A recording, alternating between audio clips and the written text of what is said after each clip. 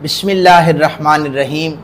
तिब्बे नबवी सल्लल्लाहु अलैहि वसल्लम से मैं जैसे पहली कुछ वीडियोस में कुछ फलों का ज़िक्र कर चुका हूँ, आज जिस फल के हवाले से मैं आपके सामने ज़िक्र कर रहा हूँ वो उस फल का ज़िक्र कुरान पाक में भी मौजूद है, अहादीस रसूल पाक सल्लल्लाहु अलैहि वसल्लम में भी मौजूद है।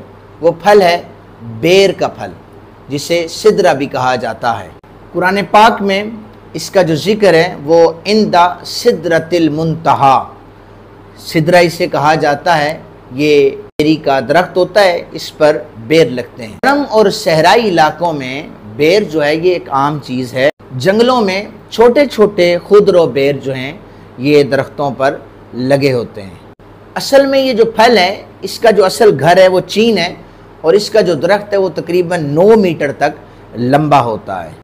इरशाद बारी ताला है, फिर उन्होंने मुंह फेर लिया, हमने उनके 2 बागों को 2 ऐसे बागों में तब्दील कर दिया जिनमें खट्टे और कड़वे फल, झाड़ जनकार और चंद बेरी के दरख्त थे। फिर सूरह वाक़िया में एक आया मुक़द्दिसा मौजूद है जिसमें अल्लाह रब्बुल जलाल इरशाद फरमाते हैं, और वो जो दाएं हाथ पर होंगे उनकी शान ही क्या होगी, उनके लिए बेरियां होंगी, उन पर कांटे नहीं होंगे, उन पर केलों के गुच्छे होंगे। और इसी बेरी की तारीफ करते हुए अब्दुल्ला इब्न मसऊद रदी अल्लाह ताला अन्हु इसके फल के बारे में बताते हैं कि जो इसके फल की जिसामत है वो मटके की तरह है। फरिश्ते, शुहदा, मुत्तकी लोगों की अरवाह जो हैं वो इस सिदरतुल मुंतहा पर जाकर वो रुक जाती हैं।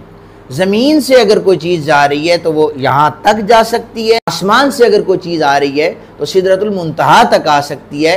लेकिन मेरे और आपके आका सल्लल्लाहु अलैहि वसल्लम की शान ये है कि आप सिदरतुल मुंतहा से भी आगे तशरीफ़ ले गए। बहरहाल ये चीज़ बयान करने का मकसद ये है कि बेरी का दरख्त ये एक हद है जिसका जिक्र कुरान पाक में आया है। एक और जगह पर इरशाद फरमाया, इस यक्शा सिदरता मा यक्शा। कुरान पाक में मुतअद्दिद मकामात पर बेरी का जो दरख्त है इसका जिक्र मौजूद है। बतौर फल जन्नत का मेवा जो है उसके लिए, और इसके जो पत्ते हैं ये मैयत को गुस्ल देने के काम आने में अहादीस में इसका जिक्र मौजूद है।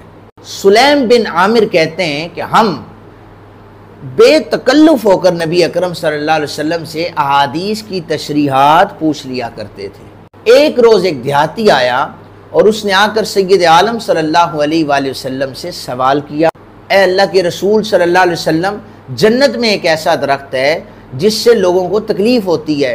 नबी अकरम सल्लल्लाहु अलैहि वसल्लम ने पूछा वो कौन सा दरख्त है? कहने लगा वो बेरी का दरख्त है, उसके कांटे होते हैं। हुज़ूर ने फरमाया नहीं, जन्नतियों के लिए वो जो कांटे हैं वो भी फलों में अल्लाह ताला ने तब्दील फरमा दिए हैं। फरमाया कि कुरान मजीद में ऐसी बेरियां हैं जिनके कांटों को फलों में तब्दील भी किया गया है, और अल्लाह रब्बुल जलाल ने उस बेर में 72 जायकों को रखा है। इब्ने दाहिया, आपने कई बुजुर्ग सहाबा किराम से पूछा और उन्हें फिर इस फल की अफादियत के बारे में नबी अकरम सल्लल्लाहु अलैहि वसल्लम से पता चल सका। हुजूर ने फरमाया कि बेरी के फल का किसी और फल से क्या मुकाबला। इसके 3 औसाफ नबी अकरम सल्लल्लाहु अलैहि वसल्लम ने बयान फरमाए। एक इसका साया घना होता है, एक इस पर लजीज फल लगता है और इससे अच्छी खुशबू आती है। ये 3 औसाफ बेरी के दरख्त के नबी अकरम सल्लल्लाहु अलैहि वसल्लम ने खुद बयान फरमाए। इमाम ज़हबी रहमतुल्लाह ताला अलैह फरमाते हैं कि हज़रत आदम अलैहिस्सलाम जब ज़मीन पर तशरीफ़ लाए सबसे पहले उन्होंने जो फल खाया वो बेरी का फल था।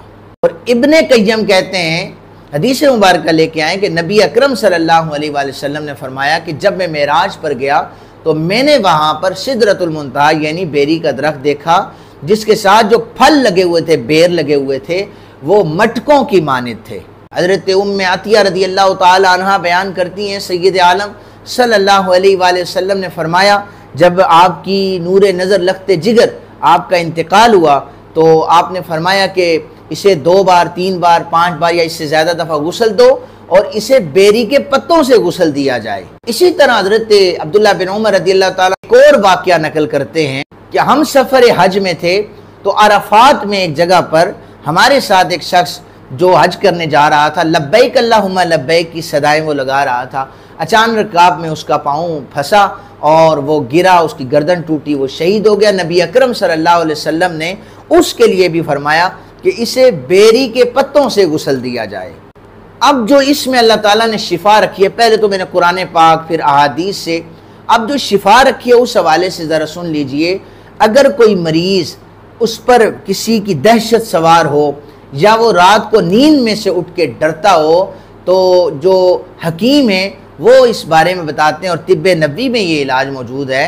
वो ये है कि बेरी का रस निकाल कर उस शख्स को पिलाया जाए, ना ही वो रात को डरेगा और जो उसके दिल में जो दहशत है अल्लाह ताला इस बेरी की बरकत की वजह से उस दहशत को भी दूर फरमा देगा। इसका दूसरा फ़ायदा ये है कि जो शख्स बेर इस्तेमाल करता है उसके पेट के जो कीड़े हैं ये मर जाते हैं। इंसान के अंदर तिली होती है, ये अगर बढ़ जाए तो वो भी इसका जो शांदा है जो पीता है, इसका कहवा बनाकर जो पीता है, वो तिली जो है वो कम हो जाती है। मुसलसल अगर कोई शख्स इसे पीता है तो पेट में अगर पानी पड़ जाए तो उससे भी अल्लाह ताला उसको शिफा अता फरमाता है। याद रखें कि बेर से अगरचे खून कम बनता है, लेकिन जितना भी खून बेर से बनता है वो उम्दा किस्म का खून होता है।